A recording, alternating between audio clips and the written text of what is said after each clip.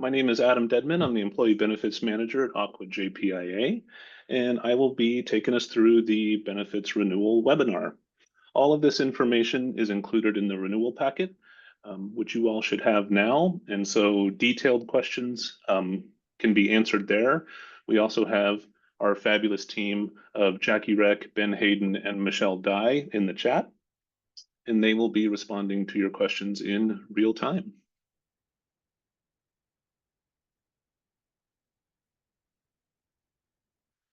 So here's a quicker overview of what we're going to discuss today. We'll just quickly look at the rates, the rate changes that were approved in the July Employee Benefits Committee meeting, and the standard and incentive rates. We'll talk about the changes and the enhancements that are coming up for 2026. And then we have our standard set of reminders that we'd like to include for everybody while we have you on the line. We'll talk a little bit about open enrollment, and then we'll have time for Q&A, which really the time for Q&A will be ongoing. Probably the best thing to do is to drop your questions in the chat, which some of you are already doing. Great job. And then at the end, we have a page full of links that'll be really helpful for you.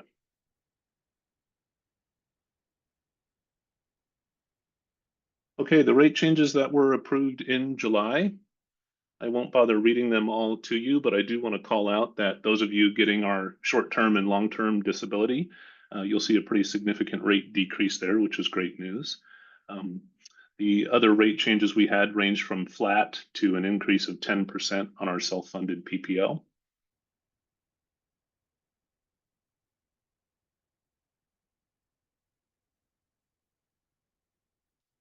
Oh, and I wanted to say that on this slide, the Kaiser Senior Advantage rate, the KIPSA rate, will be formally approved. We expect it to be formally approved by the Executive Committee on September 30th. So that's the only one that's technically still pending. The other ones have been officially approved by the Executive Committee. A reminder about our standard and incentive requirements. Employees do need to work at least 20 hours a week. You can only have 25% of your benefits eligible staff waive coverage. This is for our standard requirements, so it's kind of our minimum requirements. And employer contributions must be at least 100% of the least cost plan for which the employee is eligible, and it must be the same for directors. We get that question a lot. For the incentive requirements, on top of those standard requirements, we require all eligible employees to enroll with contributions for dependents being at least 50% of the premium, and the district or the agency cannot offer cash in lieu of benefits. And again, there's a link to the renewal packet, and there's a lot of links here in the slideshow, but there's one right there where you can grab the current 2026 renewal packet off of our website.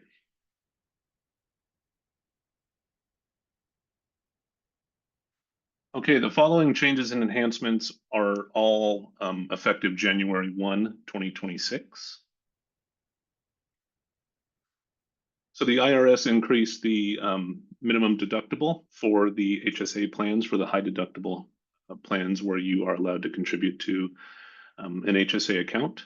Those went up to $1,700 and $3,400 for the CDHP plans for both Anthem and Kaiser. The out-of-pocket maxes did not change for Anthem, still $2,500 and $4,000, and for Kaiser there was an increase, now $3,400 and $6,000. On the Anthem CDHP side, virtual visits through Live Health Online will now be $0 before the deductible, and the IRS max contribution increase, not to be confused with the deductible. So this is the max amount that you can put into the HSA, is $4,400 for single person and $8,750 for family. As always, age 55 and over, you're allowed a $1,000 catch-up contribution.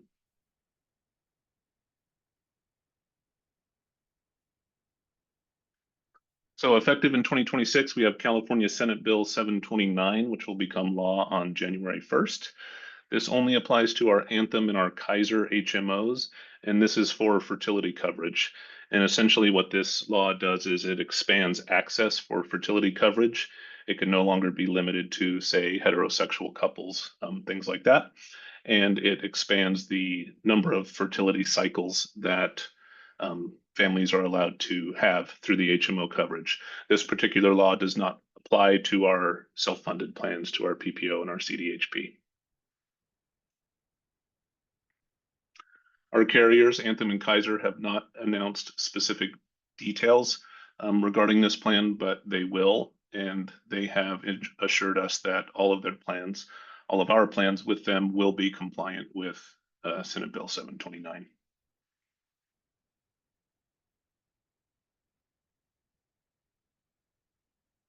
As you probably heard, we have 3 new plans available on our dental program, and we're calling them the 80% UCR plans, which is usual, customary, and reasonable reimbursement for out-of-network dental care.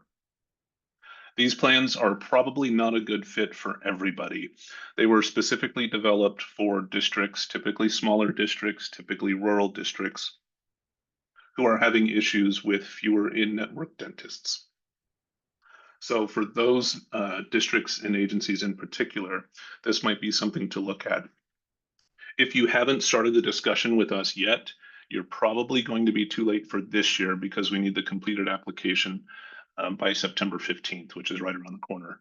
But if you want to take a look at these for next year, just make sure you engage us in that conversation, and then Jackie Reck or Michelle Dye will walk you through that process of how to switch over to one of those plans if it's a good fit for you. There are some requirements in place. If you do adopt one of those plans, you can't switch back for 3 years and things like that. So just make sure to engage us as early as you can if these are of interest to you.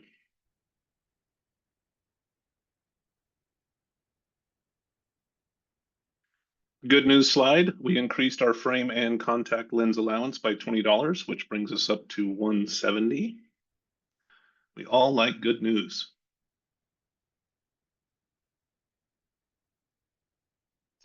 We wanted to make a note because this has become a pretty popular topic and a frequently asked question. We do have some menopause care available in our self-funded plans, and a couple of providers that you might hear about through advertising or in other ways are MIDI and Genève. And those are in network for those on our PPO and CDHP plan. And we're currently working to get those flyers posted onto our benefits website. They would show up under the Anthem flyers section.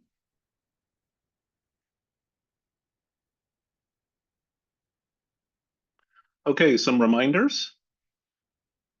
If your agency is on dental, non-voluntary rates means all eligible employees and dependents must be enrolled.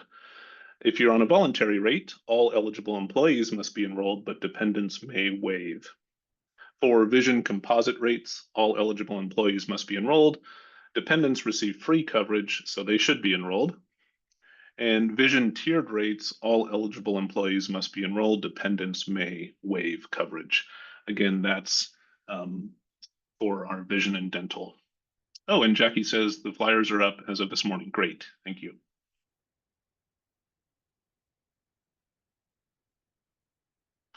A reminder about Carelon for our maintenance medications.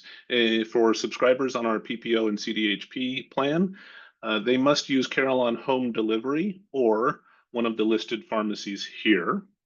A reminder that the definition of a maintenance medication is something that you're taking ongoing, and you're getting those in like 30-day fills. The cost is 2 times the retail copay, and that'll get you a 90-day supply.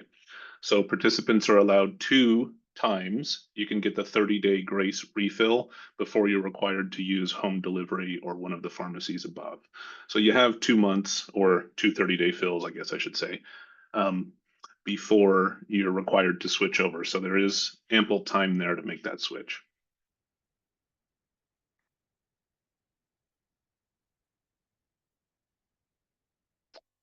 And the answer is yes, I can answer that one. We will share this presentation, which is being recorded. So we will get this out to you guys as soon as we have it processed. Okay, a reminder on point solutions.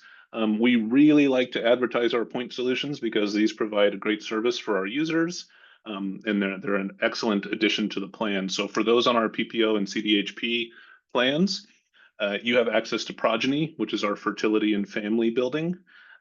which is adoption, surrogacy, and fertility cycles, IVF. Hinge is one of our most popular benefits. It's digital physical therapy. Saves you a trip to the physical therapist's office, and you can do it at home. We get a ton of great feedback on all of our point solutions, but in particular Hinge. Carum Health and Carum Oncology. These are concierge, orthopedic, and weight loss surgeries, also guidance and assistance with cancer diagnosis. There is some incentive. There is an incentive in place for getting a second opinion through the Carum Oncology benefit and the surgery benefit. So make sure you take a look at our flyers and our resources to help your folks take advantage of that. Well Hub is available to our Anthem participants as well as our Anthem HMO participants. And that's a fitness and wellness benefit. It's really discounted gym memberships, but there are also lots of applications available through Well Hub that are free to the user. So be sure to encourage that. And then for our Anthem and our Kaiser participants, Modern Health is our one-point solution that's applicable to everyone on a medical plan. And that's virtual mental wellness and therapy. All of these names here are linked. So once you get your hands on the slideshow, you can quickly navigate to those, and you can find all these on our website as well. A reminder that we do offer life, disability, and EAP. And a reminder that we got some pretty nice rate reductions this year based on our experience, especially with short-term and long-term disability. If you're interested, just reach out to our staff to talk about one of these lines of coverage. It's too late for January 1, 26, but mid-year implementation is possible. So just engage us in that conversation, and we'll support you to get you there if we can.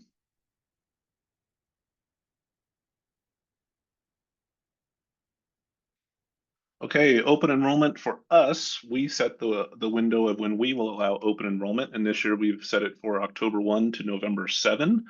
We strongly recommend 2 weeks. Containing your agency to a 2-week window in there is really advised. And probably the most important thing I will tell you today in our webinar is to use this open enrollment to-do list. I think my team here would really love it if every agency printed that out and taped it right next to their computer so they knew everything that they needed to take care of for open enrollment. It's a very exhaustive list, and it's a great support for you as you work through this. You have lots of required notices for retirees and for COBRA, and make sure your employees know this is their one time per year to make changes outside of a qualifying event.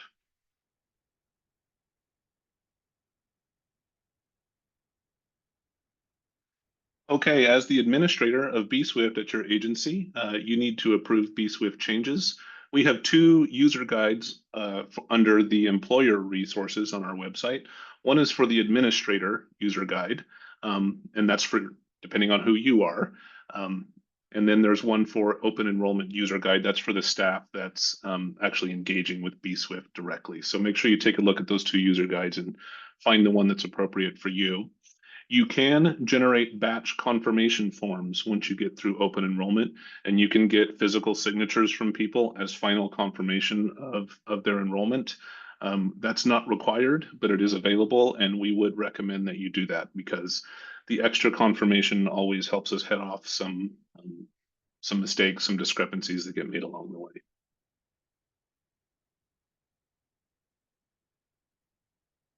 Okay, lots of links and videos here. I won't read them all to you, but you can see we put a big blue arrow next to the open enrollment to-do list because we really want people to start their journey there.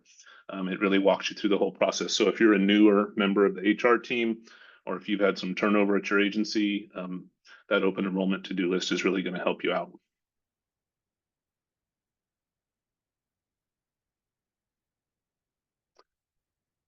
And on the right, we have refresher videos, and these are really helpful if your employees are wondering, what are these point solutions? How can I use these? They're great refreshers for you as well.